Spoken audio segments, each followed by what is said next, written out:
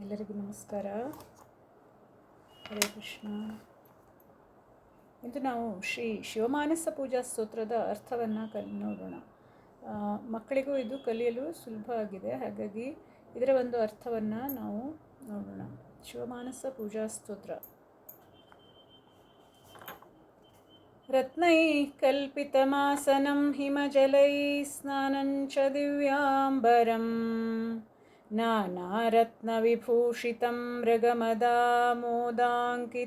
ಚಂದನಂ ಜಾತಿ ಚಂಪಕಬಿಲ್ವಪತ್ರರಚಿತಂ ಪುಷ್ಪಂ ಚ ಧೂಪಂ ತಥಾ ದೀಪಂ ದೇವದಯಾನಿಧೇ ಪಶುಪತೆ ಹೃತ್ಕಲ್ಪಿತಂ ಗೃಹ್ಯತಾಂ ಸೌವರ್ಣೇ ನವರತ್ನಖಂಡರಚಿತೆ ಪಾತ್ರೆ ಘೃತಂ ಪಾಯಸಂ ಭಕ್ಷ್ಯಂ ಪಂಚವಿಧಂ ಪಯೋದಧಿಯುತಂ ರಂಭಾಫಲಂ ಪಾನಕಂ ಶಾಖಾನಾಮಯುತಂ ಜಲಂ ರುಚಿಕರಂ ಕರ್ಪೂರಖಂಡೋಜ್ವಲಂ ತಾಂಬೂಲಂ ಮನಸಾ ಮಯಾ ವಿರಚಿತಂ ಭಕ್ತ್ಯಾ ಪ್ರಭೋ ಸ್ವೀಕುರು ಛತ್ರಂ ಚಾಮರಯೋರ್ಯುಗಂ ವ್ಯಜನಕಂ ಚಾದರ್ಶಕಂ ನಿರ್ಮಲಂ ವೀಣಾಭೇರಿ ಮೃದಂಗಕಾಹಲಕಲಾ ಗೀತಂಚ ನೃತ್ಯಂ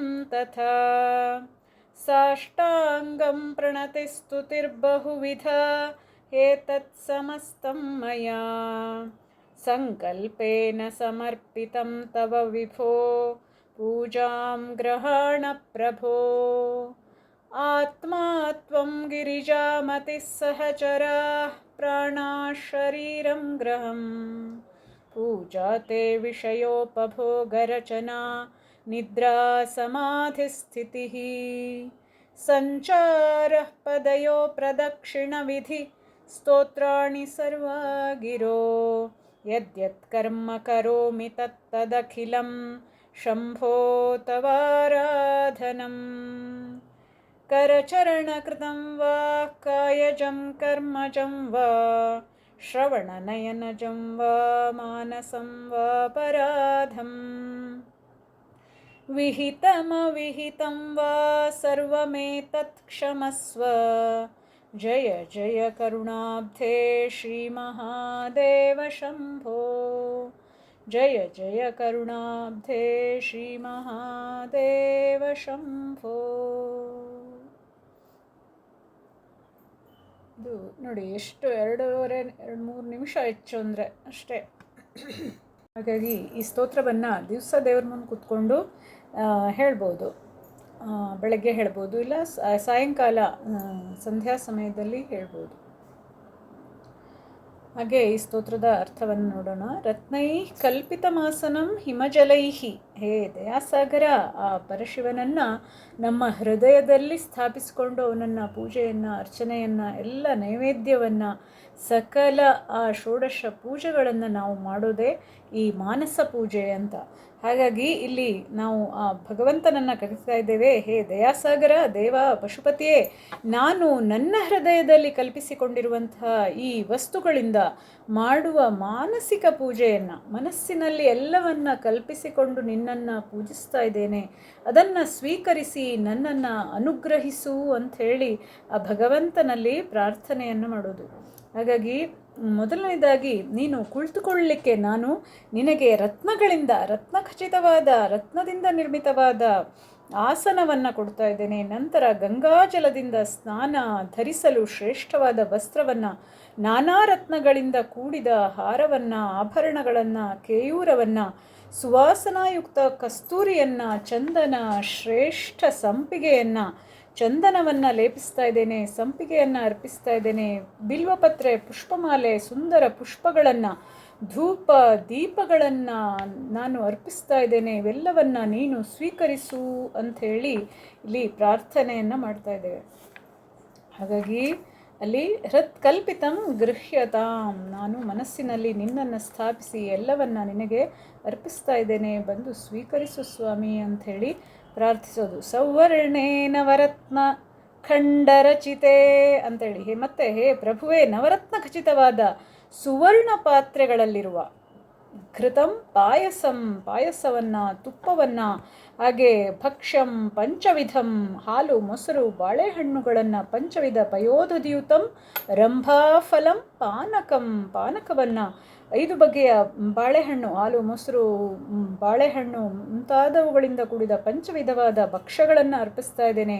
ಪಾನಕ, ನಿಂಬೆಹಣ್ಣಿನ ಪಾನಕವನ್ನು, ಹೀಗೆ ಬಹುಬಗೆಯ ಒಳ್ಳೆಯ ಆಹಾರ. ಶಾಖಾ ನಾಮಯುತಂ ಜಲಂ ರುಚಿಕರಂ ಕರ್ಪೂರ ಖಂಡೋಜ್ವಲಂ ಅಂತ, ಹಾಗೆ ಪಚ್ಚಕರ್ಪೂರದ ತುಂಡುಗಳಿಂದ ಕೂಡಿದ ರುಚಿಕರವೂ ಆಹ್ಲಾದಕರವೂ ಆದಂತಹ ಜಲವನ್ನು, ತಾಂಬೂಲವನ್ನು, ಮತ್ತು ಮನಸಾ ಮಯಾ ವಿರಚಿತಂ ಭಕ್ತ್ಯಾ ಪ್ರಭೋ ಸ್ವೀಕುರು ಅಂತ, ಇವುಗಳನ್ನೆಲ್ಲ ನಾನು ಮನಸ್ಸಿನಿಂದ ನಿನಗೆ ಭಕ್ತಿಪೂರ್ವಕವಾಗಿ ನಿವೇದಿಸ್ತಾ ಇದ್ದೇನೆ. ಹಾಗಾಗಿ ಇವುಗಳನ್ನು ಸ್ವೀಕರಿಸಿ ನನ್ನನ್ನು ಹರಸು ಅಂಥೇಳಿ ಭಗವಂತನಲ್ಲಿ ಪ್ರಾರ್ಥನೆಯನ್ನು ಮಾಡ್ಕೊಳ್ತಾ ಇರೋದು.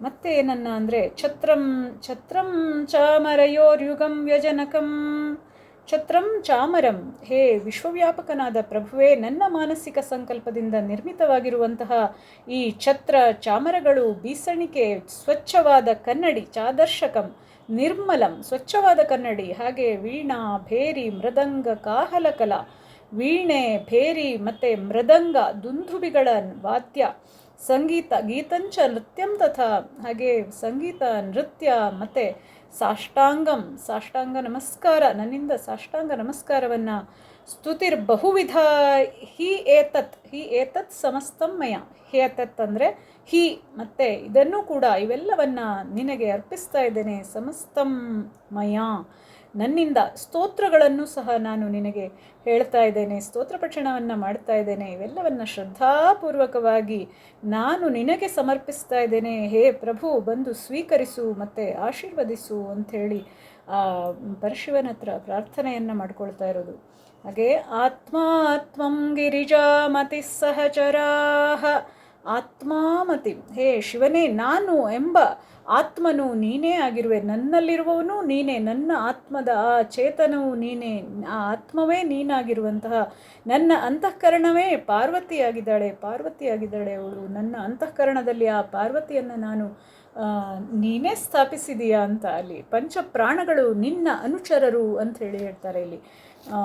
ಹಾಗೆ ಆ ಪಂಚಪ್ರಾಣಗಳು ಸಹ ನಿನ್ನ ಅನುಚರರು, ನಿನ್ನ ಸೇವಕರು. ಅವರು ಈ ಶರೀರವೇ ನಿನ್ನ ಮನೆಯಾಗಿದೆ. ನಾನು ಅನುಭವಿಸುವಂತಹ ಪೂಜಾತೆ ವಿಷಯೋಪಭೋಗ ರಚನಾ ನಿದ್ರಾ ಸಮಾಧಿ ಸ್ಥಿತಿ, ನಾನು ಅನುಭವಿಸುವ ವಿಷಯ ಸುಖವೂ ಸಹ ನಿನ್ನ ಪೂಜೆಯಾಗಿದೆ. ನಾನು ಕಣ್ಣಲ್ಲಿ ಏನೇ ನೋಡಿದ್ರು, ಕಿವಿಯಲ್ಲಿ ಏನೇ ಕೇಳಿದ್ರು, ಬಾಯಲ್ಲಿ ಏನೇ ತಿಂದರೂ ಸಹ ಅವೆಲ್ಲ ವಿಷಯ ಸುಖಗಳು, ಇಂದ್ರಿಯ ಸುಖಗಳೆಲ್ಲ ನಿನ್ನ ಪೂಜೆ ಅಂತ ನಾನು ಅಂದ್ಕೊಳ್ತೇನೆ.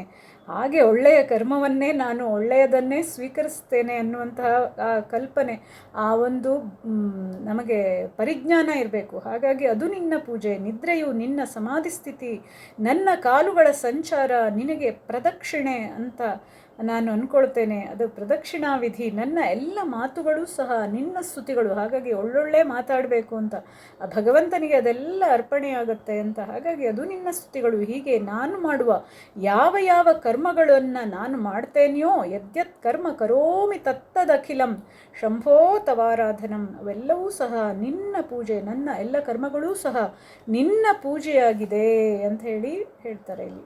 ಹಾಗೆ ಆ ಭಗವಂತನಿಗೆ ನಾವು ನೋಡಿ ಅಲ್ಲಿ ಪಂಚಪ್ರಾಣಗಳು ಅಂತ ಹೇಳುವಂತು. ಅದು ಯಾವುದು ಹಂಗಾದ್ರೆ? ಪಂಚಪ್ರಾಣಗಳೂ ಸಹ ನಿನ್ನ ಅನುಚರರು. ಇಲ್ಲಿ ಶಿವಶಕ್ತಿಯರ ಒಂದು ಸ್ವರೂಪವೇ ನಾವು ಸಹ. ಯಾಕೆಂದರೆ ಆ ಎರಡೂ ತತ್ವ ಇದ್ದರೆ ಮಾತ್ರ ಆ ಚೇತನ ಅಲ್ಲಿ ಅತ್ಯಂತ ಸೊಗಸಾಗಿ ನಮ್ಮ ಎಲ್ಲ ಎಲ್ಲವನ್ನ ಸಮದೃಷ್ಟಿಯಿಂದ ನೋಡುವಂತಹ ಶಕ್ತಿಯೂ ಸಹ ನಮಗೆ ದೊರಕುತ್ತೆ. ಹಾಗೆ ಆತ್ಮಶಕ್ತಿ, ಆತ್ಮವೇ ಆ ಚೇತನವನ್ನು ಕೊಡೋದು, ಚೇತನವೇ ಆತ್ಮಕ್ಕೆ ಶಕ್ತಿಯನ್ನು ಕೊಡೋದು. ಹಾಗಾಗಿ ಇವೆರಡೂ ಸಹ ಅಲ್ಲಿ ಬೇಕು ಅಂತ. ಶಿವಶಕ್ತಿಯರ ಸಾನ್ನಿಧ್ಯ ನಮ್ಮೆಲ್ಲರಲ್ಲೂ ಸಹ ಇದೆ ಅಂತ ಅಲ್ಲಿ ಹೇಳಿದ್ರು. ಪ್ರಾಣಗಳು, ಪಂಚಪ್ರಾಣಗಳು ಅಂತ. ಯಾವುದು ಅದು ಪಂಚಪ್ರಾಣಗಳು ಅಂದರೆ? ನಿಮಗೆಲ್ಲ ಗೊತ್ತಿರಬಹುದು. ಪ್ರಾಣ, ಅಪಾನ, ವ್ಯಾನ, ಉದಾನ, ಸಮಾನ. ಈ ಉಸಿರಾಟ, ಜೀರ್ಣಕ್ರಿಯೆ, ರಕ್ತ ಪರಿಚಲನೆ ಮತ್ತು ತ್ಯಾಜ್ಯ ವಿಸರ್ಜನೆ ಇವೆಲ್ಲವನ್ನು ಮಾಡುವಂತಹ ಒಂದು ಕ್ರಿಯೆ. ಅದಕ್ಕೆ ನಮಗೆ ಪ್ರಾಣಗಳು ಅಂದರೆ ಆ ಜೀವಕ್ಕೆ ಎಲ್ಲ, ಆ ಜೀವ ಇರಬೇಕು, ಪ್ರಾಣ ಇದೆ ಅಂತಂದರೆ ಈ ಎಲ್ಲ ಕ್ರಿಯೆ ಸರಿಯಾಗಿ ನಡಿಬೇಕು ಅಂತ. ಯೋಗಶಾಸ್ತ್ರದ ಪ್ರಕಾರ ಈ ಪಂಚಪ್ರಾಣಗಳು ಸಮತೋಲನವನ್ನು, ದೈಹಿಕ ಮತ್ತು ಮಾನಸಿಕ ಆರೋಗ್ಯಕ್ಕೆ ಇದು ಅತ್ಯಂತ ಅಗತ್ಯವಾದದ್ದು ಅಂತ. ಹಾಗಾಗಿ ಈ ಪಂಚಪ್ರಾಣಗಳೇ ನಿನ್ನ ಅನುಚರರು ಅಂತ ಹೇಳಿ ಇಲ್ಲಿ ಭಗವಂತನ ಹತ್ರ ಪ್ರಾರ್ಥನೆಯನ್ನು ಮಾಡ್ಕೊಳ್ತಾ ಇದ್ದೇವೆ. ಅಂದರೆ ಅವೆಲ್ಲವೂ ಸಹ ಸರಿಯಾಗಿ ಕೆಲಸ ಮಾಡಿದಾಗ ನಮ್ಮ ಆರೋಗ್ಯ ಸರಿಯಾಗಿರುತ್ತೆ ಅಂತ. ಹಾಗಾಗಿ ಆ ಆರೋಗ್ಯ ಸರಿಯಾಗಿದ್ದರೆ ಆ ಪರಮಾತ್ಮನ ಚಿಂತನೆಯನ್ನು, ಅವನ ಒಂದು ಸೇವೆಯನ್ನು ನಾವು ಸರಿಯಾಗಿ ಮಾಡಬಹುದು. ಹಾಗಾಗಿ ಅಂತಹ ಪಂಚಪ್ರಾಣಗಳೇ ನಿನ್ನ ಅನುಚರರು. ಹಾಗಾಗಿ ಆ ಎಲ್ಲ ಇಡೀ ಶರೀರವೇ ನಿನ್ನ ಮನೆಯಾಗಿದೆ ಅಂತ ಹೇಳಿ ಇಲ್ಲಿ ಪ್ರಾರ್ಥನೆಯನ್ನು ಮಾಡಿ, ನಿನ್ನ ಪೂಜೆಯನ್ನು ನಾನು ಹೀಗೆ ಮಾಡ್ತಾ ಇದ್ದೇನೆ, ನೀನೇ ನನ್ನಲ್ಲಿದೆಯಾ ಅಂತ ಹೇಳಿ ನಾನು ಭಾವಿಸಿಕೊಂಡಿದ್ದೇನೆ. ಹಾಗೆ ನೀನು ನನ್ನಲ್ಲಿ ನೆಲೆಸಿ ನನ್ನನ್ನು ಉದ್ಧರಿಸು, ನನ್ನ ಪೂಜೆಯನ್ನು ಸ್ವೀಕರಿಸು ಅಂಥೇಳಿ ಪ್ರಾರ್ಥನೆಯನ್ನು ಮಾಡ್ಕೊಳ್ಳೋದು. ಹಾಗೆ ಈ ಕೊನೆಯ ಶ್ಲೋಕ ಇದೆಯಲ್ಲ, ಇದನ್ನು ನೀವು ಯಾವುದೇ ಇದಿಷ್ಟು ಬರೋಲ್ಲ ಅಂತಾದ್ರೂ ಇದು ಒಂದೇ ಶ್ಲೋಕವನ್ನು ನೀವು ಯಾವುದೇ ಈಶ್ವರ ದೇವಸ್ಥಾನದಲ್ಲಿರ್ಬೋದು, ಯಾವುದೇ ದೇವಸ್ಥಾನದಲ್ಲೂ ಸಹ ಹೇಳಿದ್ರೆ ಅದರಿಂದ ಭಗವಂತ ತುಂಬ ಖುಷಿಯಾಗ್ಬೋದು ಅಂತ. ಆ ಶ್ಲೋಕ ಯಾವುದು ಅಂತ ನೋಡೋಣ. ಕರಚರಣಕೃತಂ ವಾ ಕಾಯಜಂ ಕರ್ಮಜಂ ವಾ ಶ್ರವಣ ನಯನಜಂ ವಾ ಮಾನಸಂ ವಾ ಪರಾಧಂ ಅಂತ ಅಲ್ಲಿ ಹೇಳ್ತಾರೆ. ಹೇ ಶಂಭುವೇ, ಮಹಾದೇವನೇ, ನಿನ್ನ ಕಾರ್ಯಗಳು ಜಯಪ್ರದವಾಗಲಿ, ಶುಭವನ್ನು ಉಂಟು ಮಾಡುವಂಥದ್ದಾಗಲಿ. ಹೇ ಕರುಣಾಸಾಗರನೇ, ನನ್ನ ಕೈಗಳಿಂದ ಕರ ಚರಣ ಕೃತಂ ವಾ ಕಾಯಜಂ ಕರ್ಮಜಂ ವಾ, ನನ್ನ ಕೈಗಳಿಂದ, ಕಾಲುಗಳಿಂದ, ಶರೀರದಿಂದ, ಕಣ್ಣುಗಳಿಂದ, ಕಿವಿಗಳಿಂದ ಅಥವಾ ಶ್ರವಣ ನಯನಜಂ ವಾ ಮಾನಸಂ ವಾ ಪರಾಧಂ, ಈ ಎಲ್ಲ ಅಂಗಾಂಗಗಳಿಂದಲೂ ಸಹ ಅಲ್ಲಿ ಏನಾಗುತ್ತೆ, ತಪ್ಪುಗಳು ನಡೀತಾ ಇರುತ್ತೆ.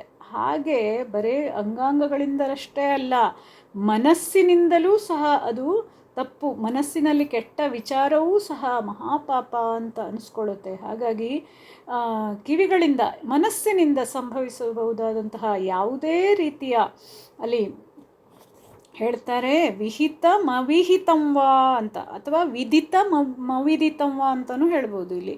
ಅಂದರೆ ವಿಧಿ ಪ್ರಕಾರ ಅದು ಇದೆ ಅಂತಾಗಲಿ ಇಲ್ಲ ಅಂತಾಗಲಿ ಇದೆಯೋ, ಅಥವಾ ವಿಹಿತ ಮವಿಹಿತಂವಾ ಮಾಡಬೇಕಾದ್ದು ಮಾಡಬಾರದ್ದು ಅಂತ ಇದೆಯಲ್ವಾ, ಅಂತಹ ಆ ಎಲ್ಲ ತಪ್ಪುಗಳನ್ನು, ಯಾವುದೇ ತಪ್ಪುಗಳು ಉಂಟಾಗಿದ್ದಲ್ಲಿ ಅವನ್ನು ಮನ್ನಿಸಿ ಕ್ಷಮಸ್ವ, ಮನ್ನಿಸು, ನೀನು ನನ್ನನ್ನು ಕ್ಷಮಿಸಿ, ನನ್ನ ಮೇಲೆ ಕೃಪೆ ತೋರು, ನನ್ನನ್ನು ಹರಸು, ನನ್ನನ್ನು ಅನುಗ್ರಹಿಸು. ಎಲ್ಲ ಅಪರಾಧಗಳನ್ನು ಮಾಡಬೇಕಾದ್ದು ಮಾಡಬಾರದ್ದು ಎಲ್ಲವನ್ನ ಮಾಡಿದ್ದೇನೆ ನಾನು. ಅದು ವಿಧಿತ ಮವಿಧಿತವ ಅಂದರೆ ಶಾಸ್ತ್ರಗಳ ಪ್ರಕಾರ ಹೇಳಿರುವಂಥದ್ದು, ಶಾಸ್ತ್ರದ ವಿರುದ್ಧವಾದಂಥದ್ದು. ಹಾಗಾಗಿ ವಿಧಿತ ಮವಿಧಿತವ ಅಂತಲೂ ಆಗ್ಬೋದು. ಅದನ್ನು ನಾನು ಮಾಡಿದ್ದೇನೆ, ಅಂತಹ ತಪ್ಪುಗಳನ್ನೆಲ್ಲ ನನ್ನಿಂದ ಕ್ಷಮಿಸು, ನನ್ನ ಎಲ್ಲ ತಪ್ಪುಗಳನ್ನು ಕ್ಷಮಿಸಿ ನನ್ನನ್ನು ಉದ್ಧರಿಸು. ಹಾಗೆ ನನ್ನ ಆತ್ಮೋದ್ಧಾರವನ್ನು ಮಾಡು, ನನ್ನನ್ನು ಅನುಗ್ರಹಿಸು ಅನ್ನುವಂತಹ ಸುಂದರವಾದಂತಹ ದಿನವೂ ನೋಡಿ. ನಮಗೆ ಇಷ್ಟೆಲ್ಲ ಆ ಪರಮಾತ್ಮನಿಗೆ ಅರ್ಪಿಸಲಿಕ್ಕೆ ಸಾಧ್ಯ ಆಗೋದಿಲ್ಲ, ಆದರೆ ಇಷ್ಟು ಚಂದ ಮಾಡಿ ಆ ಪರಮಾತ್ಮನ ಪೂಜೆಯನ್ನು ನಮ್ಮ ಮನಸ್ಸಿನಿಂದಲೇ ಮಾಡಬಹುದು ಅನ್ನೋದನ್ನು ಶ್ರೀ ಶ್ರೀ ಶಂಕರಾಚಾರ್ಯರು ನಮಗೆ ಅನುಗ್ರಹಿಸಿದ್ದಾರೆ. ಅಂತಹ ಶ್ರೀ ಶಿವಮಾನಸ ಸ್ತೋತ್ರವನ್ನು ನಾವೆಲ್ಲ ಹೇಳಿ ಆ ಪರಶಿವನ ಒಂದು ಕೃಪೆಗೆ ಪಾತ್ರರಾಗೋಣ. ಮಕ್ಕಳಿಗೂ ಹೇಳಿಕೊಡಿ, ಅವರೆಲ್ಲ ದಿನವೂ ಈ ಸ್ತೋತ್ರವನ್ನು ಸೋಮವಾರ ವಿಶೇಷ ದಿನ ಹಾಗೆ ದಿನವೂ ಈ ಮಾನಸ ಪೂಜೆಯನ್ನು ಮಾಡೋದರಿಂದ ಪರಮಾತ್ಮನ ಅನುಗ್ರಹಕ್ಕೆ ಪಾತ್ರರಾಗೋಣ ಅಂತ ಹೇಳಿ ಕೇಳ್ಕೊಳ್ತೇನೆ. ಶ್ರೀ ಶಿವಾರ್ಪಣಮಸ್ತು. ಶ್ರೀ ಕೃಷ್ಣಾರ್ಪಣಮಸ್ತು.